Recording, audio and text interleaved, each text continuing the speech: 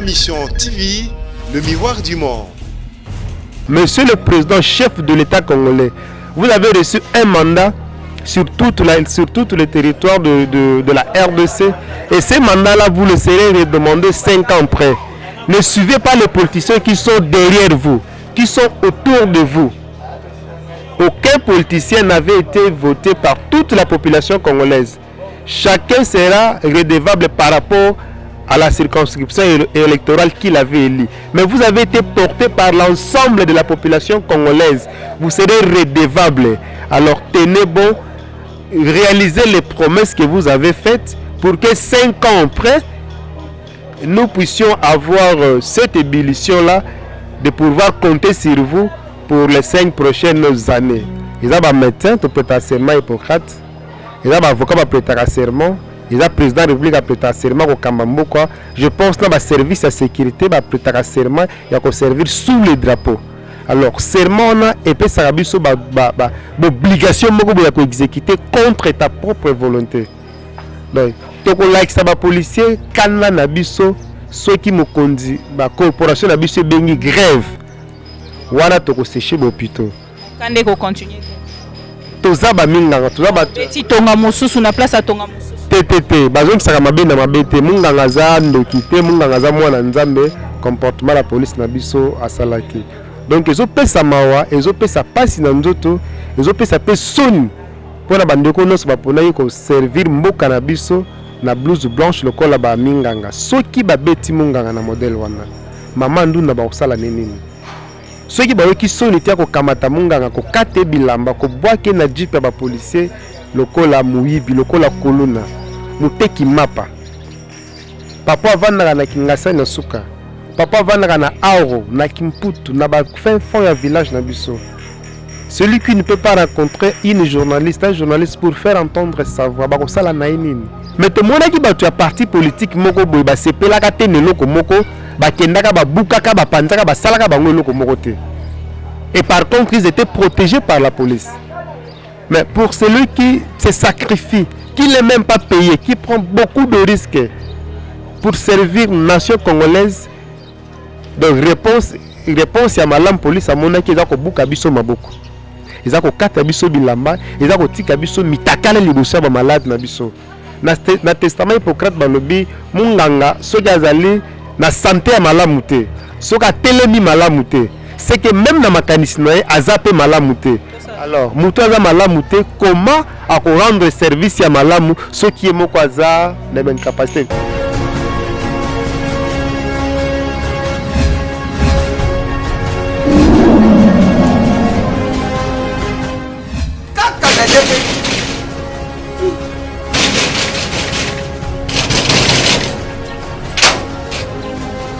Asa ubita portable usafunga nuki.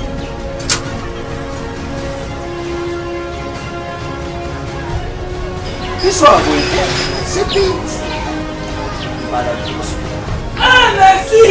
CPX. CPX ici c'est la Tatia. CPX c'est un backup. Louis. Ah. Isaneyo. Mengait. Ah. Oh yo l'équipe. Quoi? On a l'équipe où il y a pas si mal.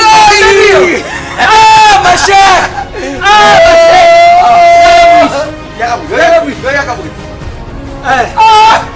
Ngale lobi oyo biso to mesana kanda te awa mutu nyoso soka koti abimaka de service. Mais ma chère CPX oyo izali GPX 10 ans de service 10 ans de service numéro 1 na makambo akotinda biloko uta Londres pe Kisasa batate ebele bakufi batali na sama bele oyo soki ulamisi bango bandu yoka moko likambo na ye izali na baagence mosusu baza bakose ya bamatanga mosusu tango na yokaki lisolo ya GPX mbala moko na Kinshasa adresse na biso ezali moko na Lopoli 73 place tozali facile na Londres kuna ezali kaka na esika stade ya Tottenham ezalaka ndinga esika bana na biso bazali et puis bokosana te GPX eza kaka moko boyo badongola miso busakewa butiba désordre bukei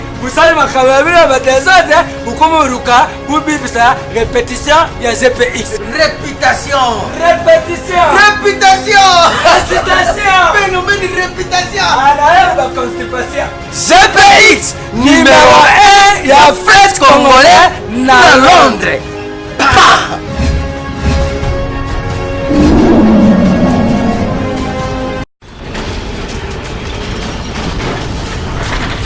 Ma mission TV, le miroir du monde.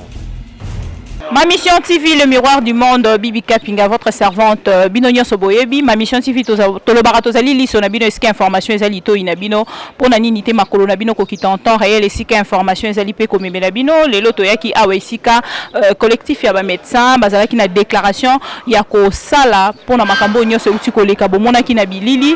J'espère que. Bino nyonso o bolanda ki bozali pe na ba avis na bino mais biso ma mission TV après déclaration tolinga ki tozula bino mutu moko biso nyonso pe tozali ki choqué to mona ki ndenge ni bandai ko benda ye na se ndeko wana tozali na ye awa na pesi mbote ma journaliste. se présenter vis-à-vis à public o ezali ko. Oui, merci beaucoup. Comme on a docteur Bako Tendonenta Danos, nazali médecin à l'État, naza affecté l'hôpital général de référence à Kinkole, ex-CNPP. Alors médecin ozali moko ya ba victime na marche o les kaki comment na makambo nyonso eleki wana sentiment na yo penza ezalaki maman journaliste sentiment na ngezali ya mawa ezali penza ya regret profond ya indignation profonde na kati ya na ndoto na ngai moko et puis nazomona humiliation o ba perpétré na coopération médicale parce que ekoki ko sala maté na tout état qui se veut démocratique, un état de droit, qu'une marche si pacifique, ils allaient réprimer à son modèle biso monaki comportement la police na biso à salaki. Donc ils ont fait ça mawa, ils ont fait ça passi na nzoto, ils ont fait ça pe soni. Pour na bandeko nos ba pona ko servir mboka na biso na blouse blanche le kola ba minganga. Soki ba beti munganga na modèle wana. Maman nduna ba osala nini. Ceux qui ont soni tia ko kamata munganga ko kate bilamba ko boake na jeep ya ba policier lokola muyibi lokola koluna muteki mapa papa vanaka na kingasa na suka papa vanaka na auro na kimputu na ba fin fond ya village na biso. Celui qui ne peut pas rencontrer une journaliste, un journaliste pour faire entendre sa voix ba ko sala na nini. Donc ils ont ça la passe mingi comme on a comportement oyo ba policier ba afficher qui ne guerre ba médecin. Comme la déshonneur ba pesi na corporation médicale ils ont vraiment pas si mingi makasi to kolo ba kezali mbala liboso po to mona déjà ko sala ba marche belé beba pe na ba gaz lacrymogène est-ce que ezali mukolo liboso makambango ekomela bino madame to sali marche ya lobe zalaki acte 6 to zalaki mo nkoko so muke na acte 5 ezalaki na hôtel ya école Lupio na Kitambo ezalaki incompréhension muke parce que ba changeaka escorte ya police. Celui qui était venu n'avait pas compris Abitaki Gaz. Après, la marche avait continué. Tina IBTP, Tina commune Angalima Bisika, Tokutanakina, directeur de cabinet Mukonyamboka, en l'occurrence, monsieur Vital Kamere. Donc il y a Mbalao, il y a l'obé le kaki il y a lundi passé. Et là qui n'est diplôme ya barbarie au police a zui na mboka na biso. Le mo sala nga pa ezaki to zui mo kondia mboka asika. Wa la na coalition ya campagne lobaki cap vers le changement. On a abrégé cash. Mais to moni na 6 mois il y a exercice ya pouvoir par cap vers le changement. Ba beti ba médecin. Ba buki ba médecin. Na linga ko sala ba comparaison te na makambo etalinga te. Mais to mona ki ba tu ya parti politique moko boy ba sepela ka te neloko moko. Et par contre, ils étaient protégés par la police. Mais pour celui qui se sacrifie, qui n'est même pas payé, qui prend beaucoup de risques pour servir la nation congolaise, donc réponse à Malam police à mon qui est beaucoup abisso maboko. Ils ont quatre abisso bilamba, ils ont tika abisso mitakale libosa ba malade na biso. Na testament Hippocrate balobi munganga soki azali na santé ya malamu te soka telemi malamu te c'est que même dans ma canisinae azape malamu te. Alors mutu aza malamu te, comment à rendre service à malamu ce qui est moko aza na incapacité souffre que nazo traduire on a lingala ko bangisa mwa mukete peut-être total bozala na haine moko to pe ko kanda moko boye envers bande ko na biso ya ba policier o makambo e salami parce que bazali pe moko ya ba passion na bino. Non, na médecine eza na ba devoir ya médecin na ba droits généraux ya ba médecin. Policier baza na tort makasi parce que mobeko lobi ordre ezali mal donné ba exécuta kango te. Bazo péché parce que ba exécuta ki ordre ezalaki mabe. Mais ce qui policier a se présenter le la patient na ngai.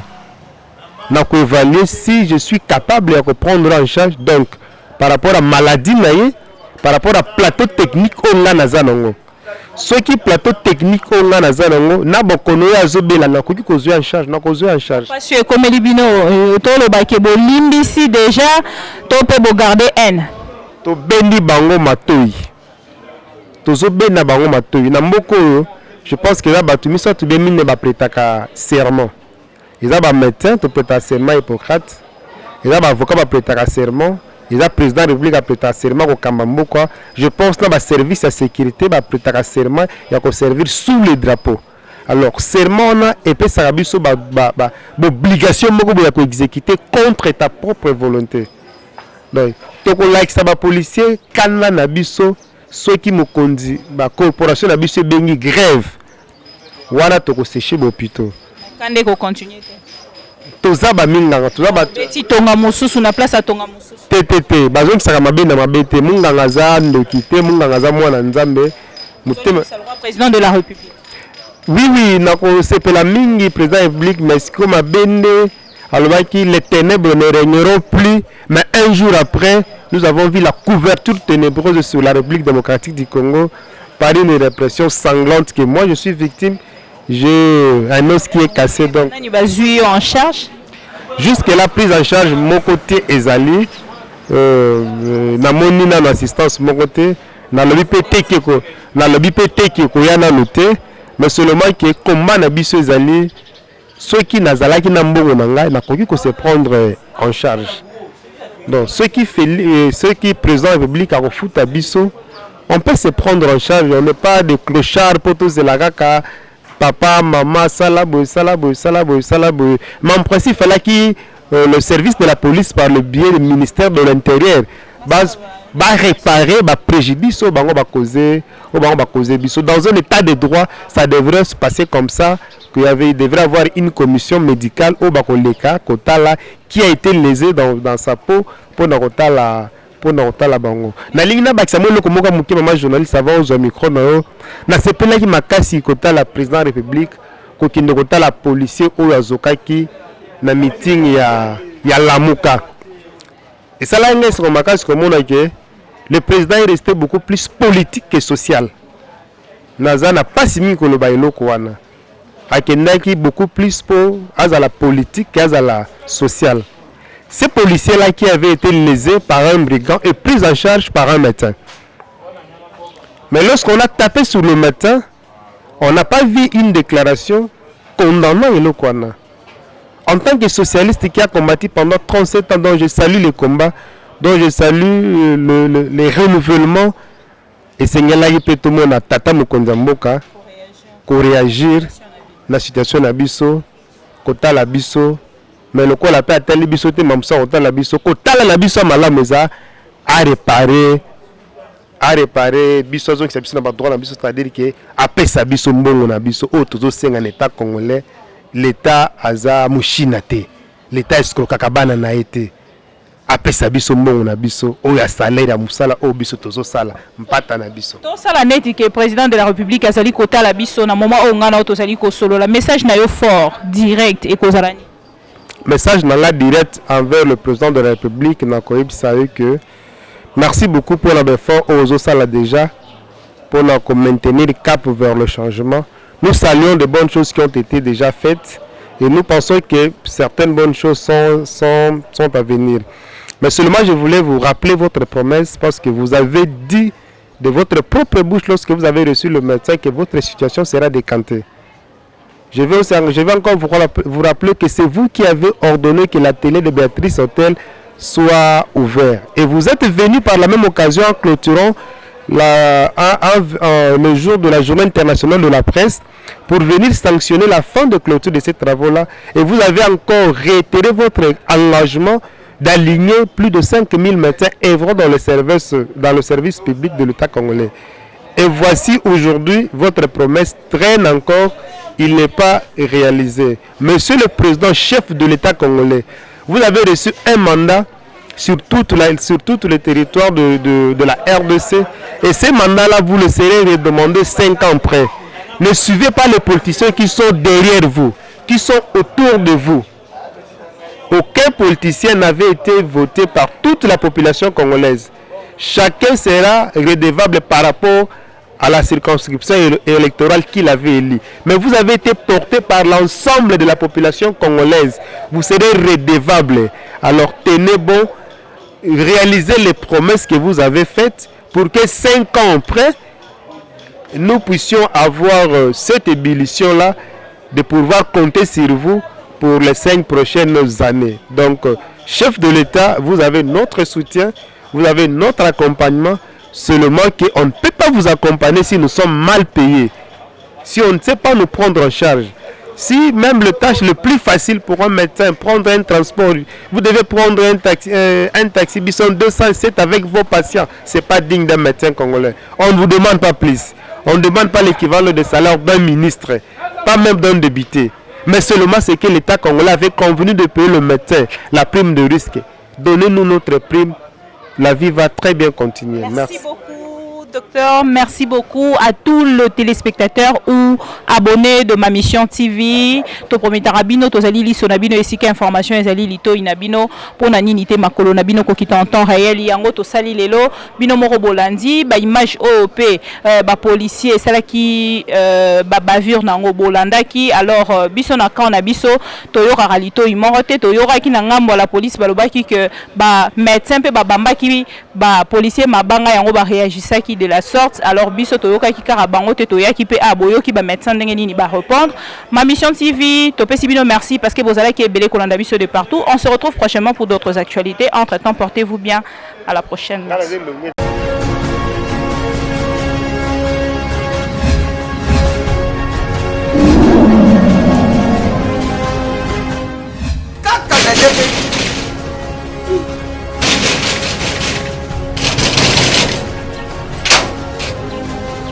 Azauti ta portable uzafunga nuki.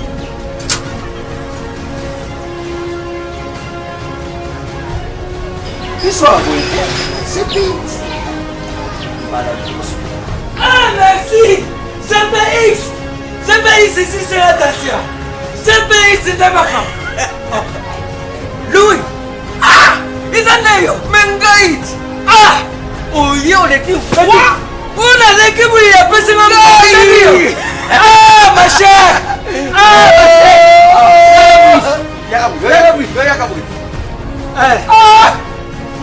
Oyo biso to mesana kanda te awa mutu nyoso soka koti abimaka de service mais ma chère CPX oyo izali CPX 10 ans de service 10 ans de service numéro 1 na makambo ya kotinda biloko uta Londres pe Kisasa batate ebele bakufi batali na sa mabele oyo soki unamsi bango bando yoka moko likamu na ye izali na baagence mosusu baza bakose ya bamatanga mosusu ntango nayokaki lisolo ya GPX mbala moko na Kisasa adresse na biso ezali moko na Lopoli 73 place tozali facile na Londres kuna ezali kaka na esika stade ya Tottenham ezalaka ndinga esika bana na biso bazali et puis bokosela te GPX eza kaka moko boyo badongola miso busakewa buti badesode bukei busali makamabila badesode bukomoruka bubibisa répétition ya GPX Réputation. Phénomène de réputation. Constipation. GPX numéro 1 ya fret congolais na Londres.